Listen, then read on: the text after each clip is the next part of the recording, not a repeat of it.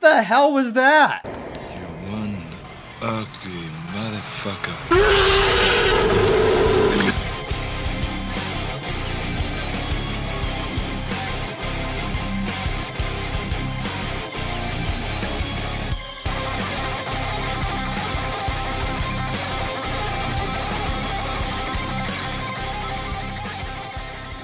Okay, so as I continue to rewatch all of the Predator films, I have gotten to 2018's The Predator. I really hate this title because it sounds too similar to the first film. They just add a "the" on the front. It's Predator 4, just put a 4 on it. And also, there's more than one Predator in this movie. So The Predator doesn't make any sense. Now, if I'm complaining too much about the title, wait until I get to the actual movie. So yes, The Predator came out in 2018, and this is the only Predator movie I have never seen until now. For some reason, I completely forgot this movie existed. I never saw it in the theater. I never bothered to rent it or stream it, and then it just passed me by, and I did not watch a Predator movie again until Prey came out. So this is a first time viewing for me, and everybody warned me that this movie was terrible. They're like, oh, like, dude, just skip this one, don't watch this one. And I kept thinking to myself, there's no way it's that bad. Like, there's no way. People are over exaggerating. You know, this is one of those circumstances where I'm going to watch a movie and I'm going to be like, you know what? This movie is actually okay. I like these things about it, yada, yada. Maybe it's not the best, but it's not as bad as people make it out to be, right? Like, that's what I was thinking in my head, especially since the director was Shane Black, and I like a number of his movies. He did a movie called The Nice Guys with Ryan Gosling, and he was actually an actor that was in the first Predator movie, and he goes back, you know, to the origins of the franchise when the original came out. So I was like, all right, there's no way. Like, there's no possible way this movie's going to be as bad as people say it is. And then I got about 15 minutes into the movie, and I started to think to myself, oh, yeah, the beginning of the movie features a character named Quinn that's in the middle of some kind of mission. He's a soldier, and a Predator ship crashes. He goes to investigate, immediately puts on a Predator gauntlet that's there, because, like, the first thing you want to do when you find a bunch of alien technology is to just, like, put all of it on and just hope for the best. A Predator comes out, attacks them. They're able to subdue it, but, you know, he doesn't want any of the technology that he found getting out there, so he mails the mask back to his house. And then he takes what I assume is this little sphere that causes the cloaking device to activate for the Predators that he uses, and he decides, in order to keep this thing safe, to just swallow it. So all of that is as silly and wacky as it seems, but I thought, okay, let's just see where the rest of this movie takes me, right? Then we introduce our extremely intelligent, advanced scientific mastermind here, played by Olivia Munn. No, she's this evolutionary biologist or whatever, and they bring her into this laboratory where they have the Predator, and they say some really weird things that I was hoping would just be like a misunderstanding that would be corrected later in the movie, but they basically explain that the Predator has some human DNA inside of it. So already we're dealing with characters that are dumb enough to just start, like, taking scientific technology from extraterrestrials, swallowing them, and then we have a Predator that has human DNA flowing through its system for some reason. And throughout the opening act of this movie, as we're getting introduced to the characters, like the main soldier character has a son who is dealing with his autism at school. He's getting bullied for it and stuff. We deal with some other, like, prison inmate characters that we meet. One of them played by Thomas Jane, and I thought, like, well, if this movie doesn't give me anything else, at least Thomas Jane is in here, because I've always been a big fan of him, although he's not really great in this movie. But anyways, I started to notice something very specific about the tone of this movie, and I couldn't quite put my finger on it, because the way it was filmed, how brightly lit it was, how silly the characters were acting, how many of them were giving each other jokes and quips and one-liners and things like that, and, like, really, really bad jokes and really bad humor. Like, there's this whole back and forth exchange about, like, oh, we called it the Predator, blah, blah, blah, and Olivia Munn's like, well, wouldn't it be more accurate to call it some kind of, like, sportsman hunter or something? And we're like, nah, Predator's more badass. Like, little jokes like that, and they, like, one would be fine, but they kept stacking up and stacking up. And also the way this movie was shot, and how we have characters on motorcycles with automatic rifles firing, and then you have, like, these big explosive action sequences and stuff that are filled to the brim with CGI. There's so much goddamn CGI in this movie, and most of it is awful.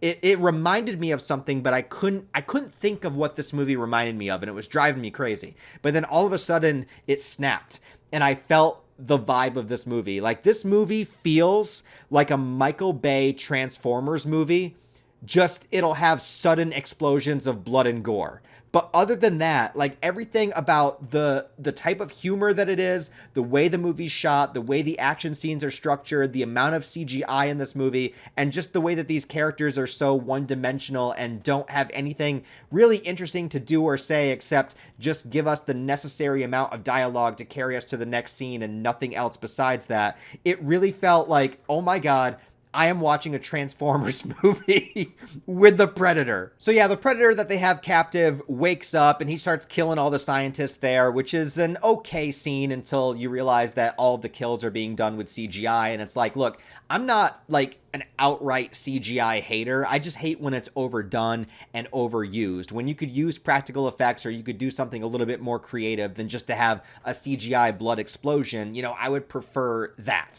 But they don't do that here. They do a little bit of like, at least it felt like the animatronics on the Predator's face, the first Predator. But there's a second Predator that shows up later that's much bigger and stronger. And that one is completely CGI. I think it might be the first fully CGI Predator character in a movie. Because I'm pretty sure both Alien versus Predator movies, although they might have shots where the Predator is CGI, they still have practical effects. I think this Predator here, the main, like, the big, like, more villainous Predator in this movie, is all CGI for the entire film. So she manages to escape, as well as the soldier character that is on this bus with a bunch of other prisoners that are kind of like this ragtag group of characters that kind of are here to give us jokes and quips and one-liners and kind of work as a stand-in for the group of mercenaries in the first movie, except they're not nearly as interesting or funny. For instance, Keegan-Michael Key is one of them. He doesn't act any different than he does in any other comedy movie or skit, so, you know, he's there as the comedic relief, I guess,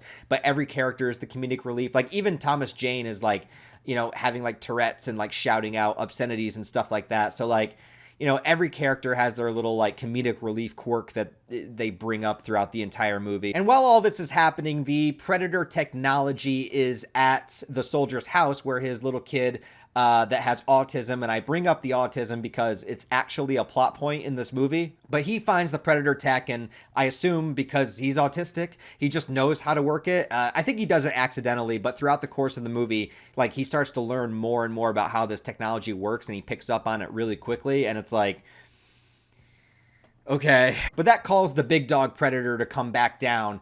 And what you find out is that the bigger Predator is actually hunting the smaller, well, more regular sized Predator for some reason. So they have a fight and he ends up killing the smaller Predator. So we killed one Predator off so that we have a new Predator be the main threat. But he doesn't come completely alone because he also brings his pack of Predator dogs. And these things were terrible. They look terrible. The CGI was awful. The way they're utilized in the movie is pretty terrible. One of them becomes a pet for the humans for whatever reason. I'm still not really sure how that worked.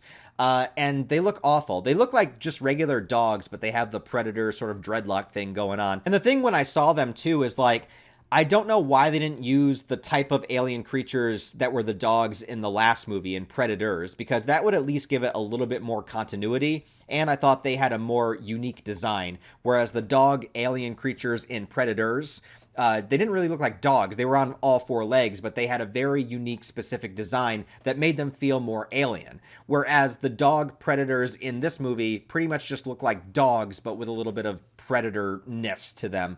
And I get that the predators can probably like tame and raise, you know, all sorts of alien species out there, so they might have different versions of dogs all over the place, but like just for a little bit of continuity and a little bit of uniqueness in the design, just why not use the ones that you already had. But yeah, so what is the plot of this movie? I'm losing the plot here because it's like unnecessarily convoluted. Oh yeah, they're going towards the spaceship that crashed, the spaceship that's out there that the big predator is also going to in order to destroy it, to get rid of the evidence. And in the meantime, you know, I will say there is at least a couple of kill scenes here that I thought were cool or interesting. I mean, I don't like the overuse of CGI, but there's one scene where the predator throws this spear that has a cable attached to it, and the spear kills one person, and then the cable straightens out, and this Jeep of soldiers is driving by, and the cable ends up decapitating everyone in the Jeep. I thought that was a pretty good kill. There's also a thing that they do later where the spaceship starts to fly away and it activates a force field, and one character manages to duck underneath the force field, and he's able to be okay and kind of like preserved underneath that, where another one doesn't make it in time and the force field chops off his legs. I thought that was a cool little thing that they did too. But those are probably the only things that I liked about the movie. And turns out this whole predator DNA thing is a thing. So if I have this right, something about this lore is that they believe human beings are going to die off in the next couple of generations, probably because of global warming. And then the predators are injecting themselves with DNA so that they can more attune and adapt themselves to living on Earth to take our place once we're gone. Maybe I didn't get that 100% right. The exposition is kind of like just told and then it moves on to the next thing. I also hate that idea. I think that's really stupid. Like, the predators, I imagine, have their own home planet and they can probably conquer worlds if they want to. I don't really see the point of let's inject ourselves with DNA of other species. Yeah, because they say like the reason they take the spine out of the victims is so that they can, you know, get the spinal fluid and inject the DNA. But like, that is fucking lame because like it's a trophy, you know what I mean? Like, you rip somebody's skull and spine, you sub-zero fatality them. Like, we don't need there to be some kind of like scientific extra step to ripping somebody's spine out. How about they just rip the fucking spine out because it's badass? I mean, you look at trophy hunting, right? Like, didn't we explain this in Predator 2 where you see the skulls of all the different species? Like, that's what it is. It's trophy hunting. Like, it doesn't need to be any more explained than that. And it was so difficult to figure out who this movie is for because, like I said, like, there are a lot of like gory kill scenes that are all CGI, but then there's also like the wacky humor and a lot of focus on the child character that makes it seem like it's more geared towards kids. But at the same time, it's definitely an R-rated movie. And like, obviously, like, you know, I was watching R-rated movies when I was a kid, but like the tone is so wacky and all over the place. Like I said, it feels like a Transformers movie, but just with blood and gore. And then it also turns out that the main predator wants the little kid because his autism is actually like the next evolutionary step. His autism is like the next evolutionary step for mankind. So obviously, if they are injecting themselves with DNA, that's the DNA he wants. And I get, okay, maybe from a certain perspective, it's sort of this moral lesson. It's like Rudolph the Red-Nosed Reindeer, right? It's like this thing that makes him different and weird and gets him picked on and stuff is actually the thing that ends up saving the day, right? Like, so there's something there, right? I get the sentiment. Like, there is a sentiment there where there is sort of some sort of like cathartic moral lesson going along with this, and you know how we should treat people and stuff. Like, it's somewhere in there. It's woven into this movie somehow, some way, but it does not land. And instead, it just comes off like the rest of the movie, which is incredibly goofy. And once again, you have a character that basically defeats a predator in hand-to-hand combat. I mean, to this movie's credit, they do have him use the predator technology to take down the big beefy predator. So like, there's a little bit more of an excuse for him winning. But it's still just the same kind of shit. And the final scene takes the cake. I'm telling you, the final scene was the dumbest moment of the whole movie. So they find out that the original predator that came down, that crashed down, was actually here to warn us about what the predators were doing. So this was a good guy predator, right? For some reason. And he was going to come down and tell us like the predator's plan to take our DNA and take our planet and stuff like that, whatever. And he left us this predator killer, this device that's going to help us fight the predators, right? And so it's like in this pod, and the pod opens, there's all this steam that comes out, and you're wondering what's going to be in there. And at first it just looks like a little drone, but oh no, it's Of course, because it's a more modern movie and we have to follow fucking Iron Man, it's nanotechnology. And this nanotechnology attaches to this guy and just creates this like Predator mech Gundam suit that he wears with all of these huge machine guns attached to it and all of these laser cannons attached to it. And it's this big metal CGI abomination of mankind that's like, yeah, we're going to fight the Predator. We're going to fight fire with fire. We're going to fight the Predator with this fucking CGI bullshit suit, and we're going to blast it to hell in the next movie. And the main soldier character's like, hell yeah, gear me up or some shit. I don't know. I wasn't paying attention at that point, but like, what the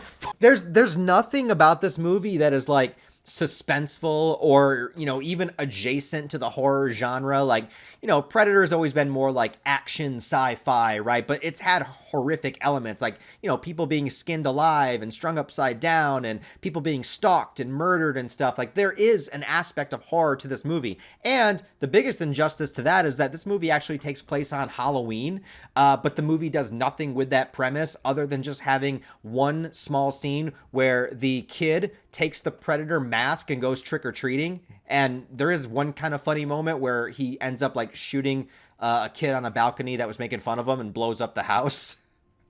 But that's the only scene that takes place on Halloween. It's like you set the whole movie on Halloween night and you don't do anything with that premise. Like, why not have the Predator show up at a haunted house and like kill everybody in costumes, or maybe have the Predator confused why everyone is, you know, dressed up as a monster or something, and the Predator's like, what the fuck is going? Like, do something with the idea, do something with the premise of like setting a Predator movie on Halloween. But they don't do anything with that idea, to the point where like it feels like that was a last minute addition where they just added a trick or treat scene out of nowhere.